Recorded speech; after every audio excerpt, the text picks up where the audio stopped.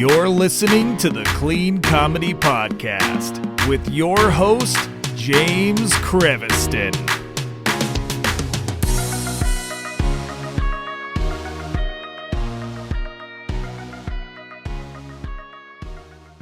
Hey, everybody, it's James. Welcome to the Clean Comedy Podcast. Today, I have a great comedian who does comedy for a good cause. Now, if you listen to the podcast, you're checking it out, you know that I'm all about using comedy to do great things and wonderful things for people, to help people. We all talk about, if you know, Glenn Tickle and I talk about making people happier. Same thing with David Studebaker. We are all about trying to help people have a good life through comedy. But this next comedian literally takes it to the next level where she does comedy for causes. So she does comedy shows that for a cause. She will go places, set it up, get the revenue, do a show, and then use that revenue for the cause that they're there for. So please give it up for Laniea Domiguez. Welcome. Wow, thank you. You nailed it. Good job. Thank you. Yeah, I practiced in my head like 8 times before I said it, so there we go. Well, it's awesome. Every time people will always say comedy for a cause, which, you know, the reason I called it comedy for causes is because I don't want to be tied into just one cause, because God knows there's thousands of causes out there. So true. So kind of give everyone your origin story of comedy and how you got into comedy. And then let's talk about comedy for causes, because I think that's a great way to use comedy to help people. Because I think a lot of times we as comedians are selfish about comedy. Like we do stand up so we can be comedians and be special on stage, right? So Sure.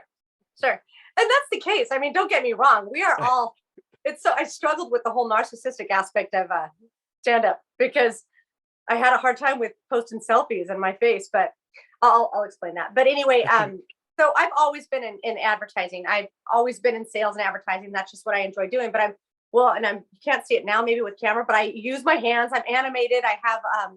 I'm bubbly. I mean, I think everybody, probably 70% of comics will tell you that their friends told them they were funny. Right. So a lot of my friends told me I was funny. And then I worked at a magazine for the longest time. And one of my coworkers, she said, dude, you got to try something. You've got to either be a radio DJ, you've got to try stand up. And never in a million years, though, growing up, did I didn't have a good upbringing. And I just never had the confidence to think that I would get on stage. But, you know, I'd been doing advertising for a while and I was more comfortable working in front of people. So I thought, I'm going to give it a shot. And I tried an open mic, but you know, I had an open mic where I invited a bunch of friends. And it's interesting, when all your friends come, they're going to laugh because those are your friends. So I had a room filled with friends that laughed. And I was like, oh my gosh, I'm so funny. I've got this. I'm going to hit the road now. My first time. So then my second time, I performed there was a comedy contest at Pechanga Casino. Okay. So my very second time I performed in front of 150 strangers, and I bombed so hard to the point that I should have stopped. But at that point, that's when I was like, oh, no, I'm not going to let this win. I know I love it up there. I just got to figure it out. So I took some classes because, you hear everything that comics say.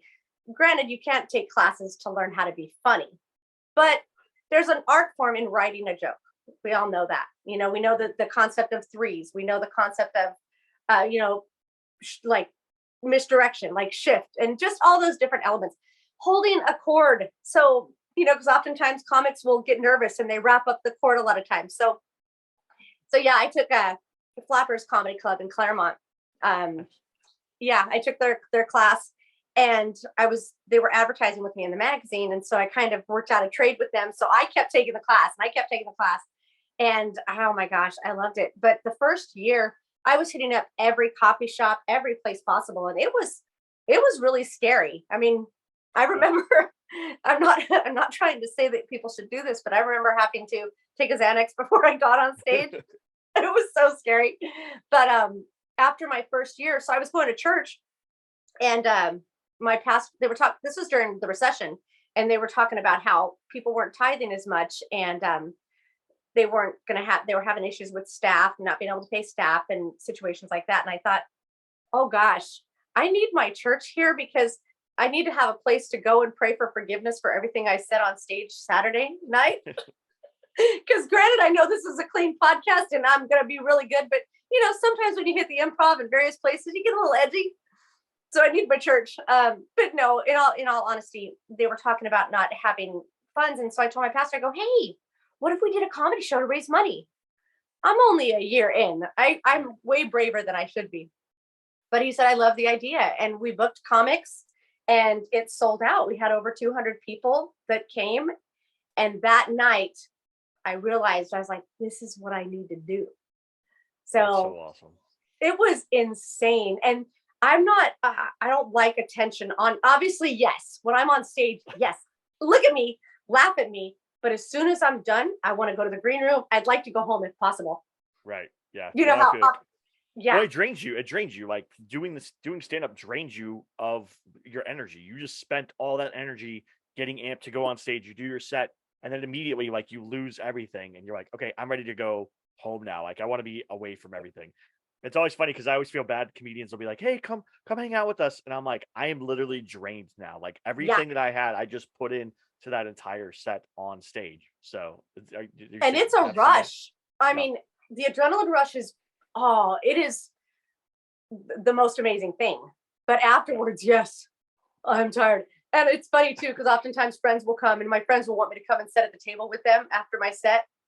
And I just don't want to engage. I really just want to go and be in my little bubble.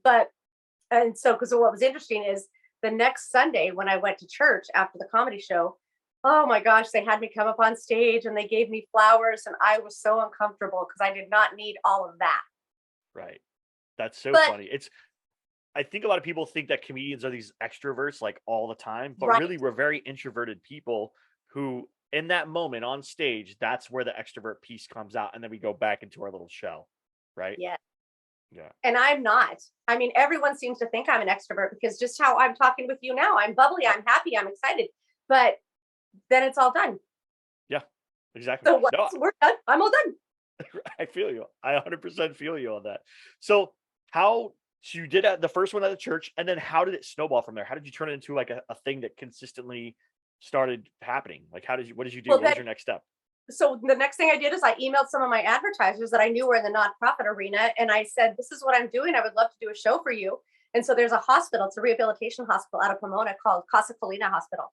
And they do sports, injuries, various things like that. And I said, I'd love to do a show. And they gave me a shot. Jody Miller was my headliner. Wow.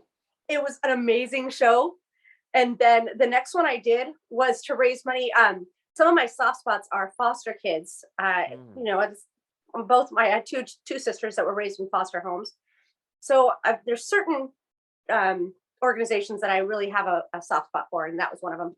So I did a comedy for causes show for them. Ahmed was my headliner, and I just kept hitting, and just was like, I felt like I invented a paperclip because next thing you know, it was taking off. I did another one, and this was great. A friend of mine, Tom Ayers, he's a comic, and he's friends with a comedian in New York, Joe Yannetti.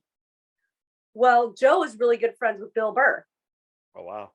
So I ended up doing a comedy for causes show at the Comedy and Magic Club in Hermosa Beach, and Bill Burr was my headliner. Wow, that's awesome. Dude, I didn't even know how big Bill was. Or Bill Burr, let's say that. I'm not going to say first. So the tickets sold out in 3 days. It was so fast. All of a sudden my account, went to $12,000 and then it went back down to zero, And a couple days later we sent it all but Joe had cancer. He had throat cancer. And so we did this show to raise money to send to the comedian in New York. But it was funny because Bill Burr was in the green room and I went back there and there was a line. I mean, it was just packed. And I told Bill Burr, I go, so I'm guessing you're a big deal because it's packed out there. And he goes, really? Well, thanks. And he could have totally hammered me at that point. That's so funny. It was awesome. Yeah, he doesn't really come out LA a lot, so he's not out here a ton. So when he would come out here, that is a big deal to have Bill Burr out on the West Coast. If you're on the East Coast, you're probably going to get to see him quite a bit more, New York or Boston or something like that. But yeah, that's pretty awesome. So as you do these, what's the process like for you? Because there's a lot, I would love to do a lot more shows to help people get money for causes, right? My daughters are cheerleaders and they always want to do fundraisers, but they always do boring fundraisers. You know what I'm saying? Like they do like a boring fundraiser. I'm like, Yeah. let's do something big. Let's do like a comedy show and like do all that stuff. What's the process for you? Like if someone comes to you and says, "Hey, I would love you to do a comedy show for our cause, whatever it is." What's your process? What do you talk to them about? What are the things that you make sure they know or that you need to know in order to make that happen? And I love that you asked that because it's really a simple formula. I've had a lot Okay. of comics ask me, and first of all, I always make sure that I do make some money because comics don't get paid. It's so sad. I remember I had a conflict with Flappers because she was telling me I was paying the comics too much, but I don't pay them a lot. I mean, sometimes it might be 100 for the headliner or 200 if I can budget it, and $50 for the feature opener. But I just want to pay them something because a show isn't going to be good if you don't have good comics, Right. and they have to drive. So my gas isn't free. So that's one of the biggest things that I always tell comics: pay the comedians because they've worked hard for this. And what an insult! Gosh, I remember this one organization. She said, "Do you think the comics would donate their time?" And I said, "To be honest, I think they would, but I won't ask them to do that." Yeah. So Fraser, which one is it? Is the weather guy? Uh, Wait. He's a What is comedian his name? and he also I does know. weather. I know. Fritz Coleman, isn't it? Fritz Is Coleman. it Fritz? Yeah. Yeah. So I did one for Cerebral Palsy and he headlined and he said, "Oh, no, you don't have to pay me." And I said, "I have a business, so I'm going to pay you. But if you want to give it back, you can." So he just gave the check back to them. But so that's my first thing. I always say that, make sure that you pay the comics. But what I tell the organization is originally I started out with a 60-40 split. So 60% of the ticket sales go to the organization. 40% of the ticket sales go to Comedy for Causes, which covers the cost of myself and the comics. Right. And then, but there's a minimum. So I tell them sometimes it might be a minimum of like $400 or, I'll try to do the math. If we can determine that maybe it seats $500, I know I can make a little more for me in the comics. And so you just kind of, and never give an answer right away. Just tell them, give me an idea of what we're looking at. So, and tell them I'll get back to you with a proposal with some numbers. I try to do all the work though. I let them know I will book the comedians. I'll create the flyer. I will MC the event. I'll help promote it on social media. All I ask of you is to provide a venue and sell tickets. That's perfect. Right? It makes it easy. Even for your daughter's school. I've done a lot of shows for schools, and it's a fun contest. I did one because, ultimately I want to do them all over the world, but Right. I've done them in Idaho, Chicago, as many states as it's probably been about 6, but the one I did in Idaho, they did a fun contest. They gave the students, it was for a charter school, a dance school, and they gave the students a certain number of tickets, and they made a contest that whoever sold the most tickets was going to win like $100 gift card to something. But that was a really fun fundraiser that we did for the school, and we did it at the school. And so it's, if you ever want, outside of this, if you ever want ideas and whatnot, but I love it. And you know what's really, really crazy? I started it in 2011 and I've worked with, I want to say it's probably been close to 1,000 comics. And we've done animal shelters, homeless shelters. I've done a lot of shows for law enforcement. And year to date, we've raised over $450,000 for these comics. It's insane. I didn't get 60 or 40% of that, but based off of, because like one of the organizations I did was an anti-bullying organization in Sacramento, and they were brilliant. They did, they had people will do raffle prizes, silent auctions. They did a program. They printed a program that was like 8 pages, and they sold advertising space in there. And I incorporated that in what we helped raise, because if it weren't for the fact that we did a comedy show, those funds wouldn't have been raised. So it was all part of what was raised for that comedy event. That's amazing. Now, as far as your personal comedy career goes, you sounds like you spend a lot of time on comedy, comedy for causes. But what about your own goals in your own comedy career? Because that's got to be separate, right, from comedy for causes. You have to have like an idea of like what you want to do, where you see yourself going. What's that look like for you? To be honest, I don't really picture myself as not necessarily a headliner. I picture myself as a producer that will always perform. My dream is to one day, I want to hear HBO presents Comedy for Causes. I like that. That's awesome. So That's like that if should there's be doable. it's so doable. Like if I hate to say this, but if there's a national disaster, and Jerry did it, right? Yeah. I want to do it. I want to take my comics. I have this dream, and I put it on my Facebook and my Instagram years ago. I have this dream about how I have a bus, kind of like let's see who what was the comedian that passed away? Shoot. He had a really big tour bus though, and his pictures all over it and stuff.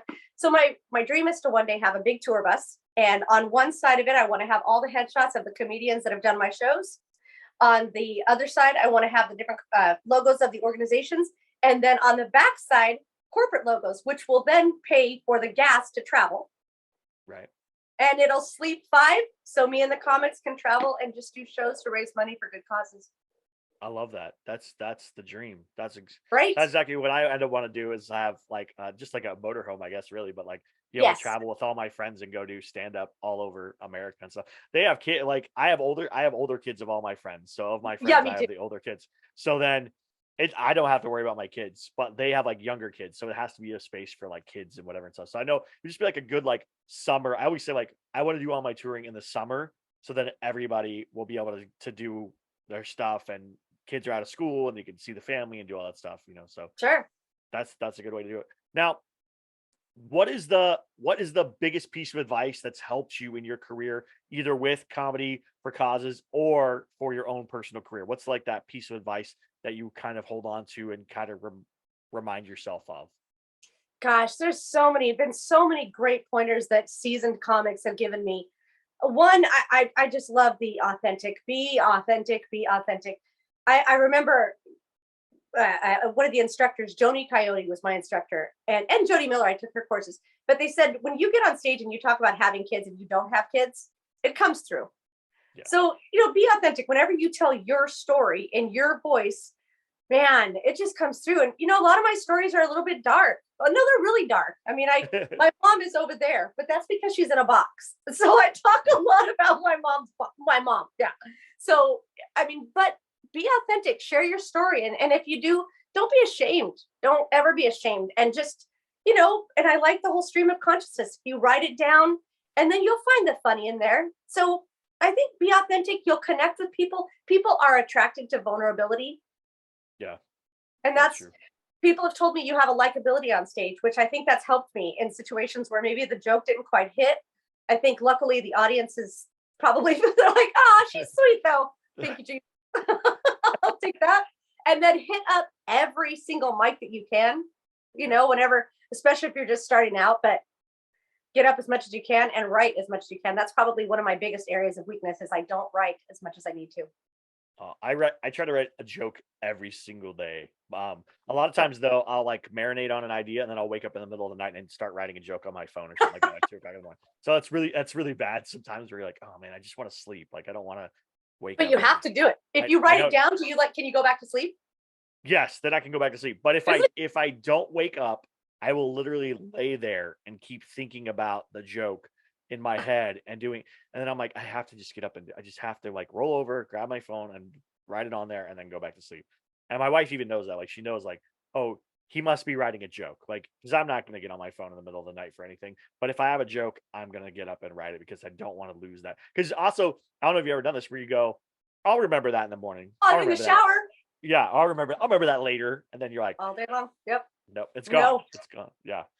No, I've done that numerous times. Wake up in the middle of the night, and I had a notepad so that I, write it down. But I've got thousands of notes on my phone with premises. Yeah, that's the way to do it. I also have like an app on my phone. Everybody, this Otter.ai. It's a recording app, so you audio record, but it also transcribes it. AI transcribes what you say, so you can go back and pull the physical written version and edit it however you want. So I do that all the time. Great. Well, because it's easier, right? It's easier to talk out a joke. Like you may be driving or doing something. You can just hit that button and start talking and then come back to that and find the gold in it. You have to leave the gold out of it. It's easier than doing it. But I know in the middle of the night, I'm not going to start talking on my phone while my wife's trying to sleep. She'll murder me. And then that joke will never make it to the real world. Like it'll die literally. So I totally get it. What has been your favorite? Do you have like a cause that you constantly do, like an annual cause that you do, or something that you try to do once a year or once every couple of years because it's like something near and dear to your heart? You have one of those kind of things? Well, to be honest, I mean, I really enjoy working with law enforcement because growing up, I wanted to be a police officer, and my s- my mom was always running from the law. So my mom said, and my sister sold drugs, and so my mom, whatever I want to be, I said I really want to be a cop. My mom said, really, you know what your sister does, right? You won't be able to go over there again, and so everything prevented me from wanting to be in law enforcement, and so. And then my mom, there was several times that my mom, there was domestic violence, and I had to call the police to come in and deal with situation, like just to protect my mom. So I have a soft spot for police officers because they protected me in situations, and it's actually really cool to know that they've invited me and they're paying me. Yeah. I mean, like, I'm not being arrested. I don't have to pay them. This is Right. like, oh, this is like, and then sometimes I want to be like, in your face, mom. I was invited here. So I really do enjoy working, and I really enjoy working with teens too, because I want teens to see that you're not what you're from. Yeah. No, that is a good lesson because I also grew up like really poor in poverty, had a lot of stuff happen in my life. And so I that is my soft spot too, is like trying to like help people understand like, hey, wherever you came from, that doesn't say where you're gonna be in the future. That doesn't show your future goals or future where you end up. You could be whoever you want. You have to just decide, I don't want to deal with that. I don't want to be part of this. I can move and Yes. grow beyond that. So yeah, that's awesome. I love that kind of stuff. Now, are there any shows coming up in April or May or whatever that you want to promote, or anything that you want to push forward, that you want people to know, or places that they can come and look up where you're going to be at, or where Comedy for Causes is going to be doing shows at? Where can they find all that stuff? Well, I'm regrouping now because all of these organizations that I was working with, I have to reintroduce myself because Right. a lot of them, like the people I had relationships with, have left. So Right. now, or I just they have to get back in the swing of things. So Right. I do have one coming up April 29th. It's at Papa Joe's Pizza in Moreno Valley, and it's a Relay for Life. So it's a Nice. Comedy for Causes show to raise money for cancer. And my headliner is Roberto Rodriguez, and I have a great lineup. But if anybody goes to my Facebook page, Comedy for Causes, you can see I always post the flyers on there for upcoming shows. And then I do have some more shows coming up. I know I have another one for, like, chamber events, various things like that. So those aren't necessarily public ones, but I will keep them updated. I continuously post them. I'm working on another one for law enforcement, and I did find out that it will be open to the public. And Awesome. they like it when the shows get a little bit edgy. So those are a lot of fun too. So I just, follow my Comedy for Causes Facebook page, as well as Comedy for Causes on Instagram. I kind of pulled back from Twitter just because I felt like I was talking into the Grand Canyon, but Yeah. I do keep them up on there. And I'm working on my podcast. I really want to have that because I want to have I like the being able to, shed light on these causes, but it's a process, and it's a work in progress. Well, that's good though, because I mean, if you can do that as part of a package for the cause thing, where you also Right. invite whoever's running whoever the person is that you're going to do a show for on the podcast to talk about the cause and kind of give them more, put that out there, it will help bring in more eyes and ears to their cause. That's a great way to do it. I love that idea. That's very smart. So good job. Yeah. Obviously you have a lot of business acumen, so you can do a lot of cool stuff, which is awesome. Thank you. Thank you. I really love it. I am grateful. I feel bad because a lot of comics, they have, it's a different beast. So I love Yeah. help whenever they have ideas or they have questions about marketing and stuff. I love helping. That's awesome. That's awesome. My big goal, like as far as like any kind of thing like that, is I want to go do a USO tour. Like I was in the Oh my, Navy, so I want to go do like military, go overseas, and like because I can connect with them. Like I understand, I know what they're going through. I've been there. I've been deployed. I've been all that stuff. So I want to go over there and do a USO tour. So anybody who books USO tours, I would love to do that. I've tried to kind of reach out a few times, and I never heard anything back. So if anyone knows, let me know. I'm in. very All right. cool. Where One more time, just tell people where they can find you. Throw out your handles for your stuff, and I will post all that in the show notes as well. But go ahead and throw out all that as well. Awesome. Thank you. Laniea D Comic. It's I hate to spell it. LANIEAD Comic. Because I usually do it fanatical, but I think they can get it because my name is probably there. Laniea Right. D Comic on Facebook, on Instagram, and then Comedy for Causes, Facebook, Instagram. I do have some things on YouTube, but it's been so long since I've had a chance to really update that. So don't give that a lot of attention. Just my socials, I'm always on there. Yeah, that's the best way to follow me and keep up with what I'm doing. Awesome. Well, thank you so much for being on the podcast. Everybody, thank you so much for watching and listening to the podcast. If you are listening, go to YouTube and watch this and subscribe. Let's keep moving this forward. I see the needle going forward every single episode. So we're moving forward, guys. And I know you're listening because I see the numbers on those too. Thank you so much for everybody supporting the podcast. Please go check out Comedy for Causes. Please check out Laniea, and you'll love her stuff. It's great that she's doing something nice to help people, and that comedians can also give of themselves to help people. So let's do that. Thank you again, and have a great one. We'll talk to you soon. Bye.